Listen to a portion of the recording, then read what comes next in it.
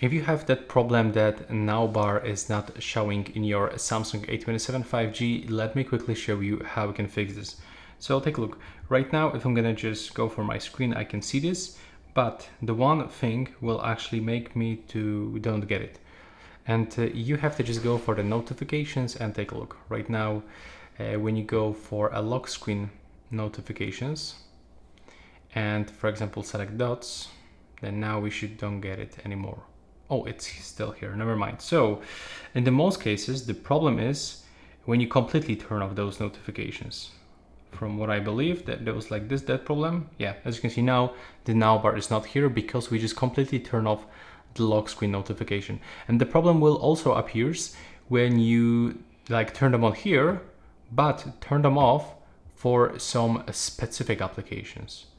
So this is something that I want to mention. Like if we turn off from the clock, take a look, I'm just getting here and I can only find the voice recording. The clock is not available anymore. So to get it back, I have to make sure that I'm gonna turn them on.